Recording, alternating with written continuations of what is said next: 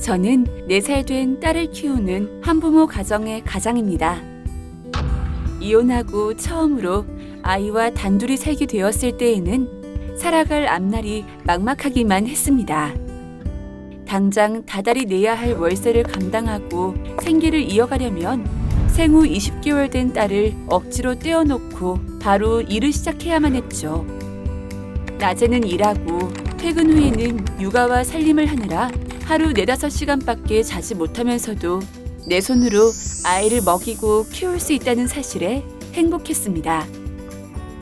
그렇게 바쁘게 살아가던 중 근로자녀 장려금을 알게 되어 신청해두고 아이에게 따뜻한 겨울옷을 사줘야겠다는 설렘으로 하루하루 즐거운 기다림으로 살았죠. 즐거운 기다림이 며칠이나 되었을까. 코로나19라는 전염병이 퍼지기 시작했고 저도 확진 판정을 받고 말았습니다. 불행 중 다행으로 제 딸은 PCR 음성 판정을 받았지만 어린 딸이 코로나 치료시설에서 저나 다른 환자들에게 감염될까 걱정이 많이 되었습니다. 딸 걱정에 저는 집에서 자가격리 치료를 하기로 결정했습니다. 매일 40도가 넘는 고열에 시달리면서도 아이가 감염되지 않도록 주의하며 돌보다가 결국 저는 쓰러졌고 딸을 친정에 맡기고 병원에 입원할 수밖에 없었습니다. 코로나 위중증 환자로 입원해 24시간 링거를 꽂고 마약성 약까지 처방받을 만큼 육체적으로 고통스러웠지만 친정 식구에게 맡긴 아이가 걱정되고 불안해 심적으론 더욱 힘든 시간이었습니다. 매일 밤 저를 찾으며 운다는 어린 딸아이가 걱정되어 완치 판정은 받았지만 아직 완치되지 않은 몸을 일으켜 서둘러 퇴원했습니다.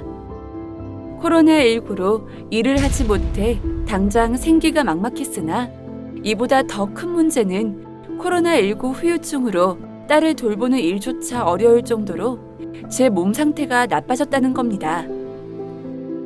한 번뿐인 긴급 생계비를 지원받아 그 순간만큼은 급한 상황을 모면할 수 있었지만 후유증으로 인한 수십만 원의 검사비와 치료비를 감당할 수가 없었습니다.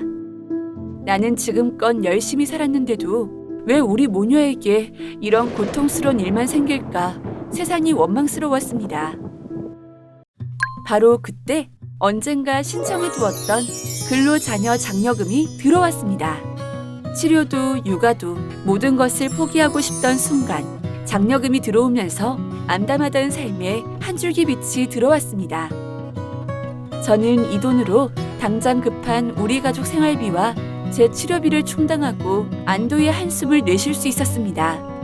근로자녀 장려금이 남들에게 얼마 안 되는 돈일 수 있지만 우리 모녀에게는 다시 세상을 살아갈 힘을 준 위로와 희망의 응원가였습니다. 아직까지 저는 일을 하지 못하고 코로나 후유증 전담 병원에서 치료를 받고 있습니다. 언제 다시 일할 수 있을지 현실은 여전히 불안하지만 어려운 순간에도 희망을 가지고 버틴다면 다시 일어날 기회가 생길 거라 믿습니다.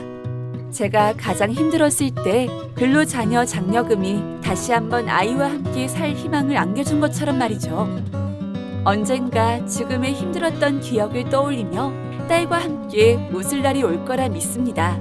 그날을 위해 저는 오늘도 우리 모녀의 멋진 미래를 꿈꾸며 힘차게 앞으로 나아갑니다.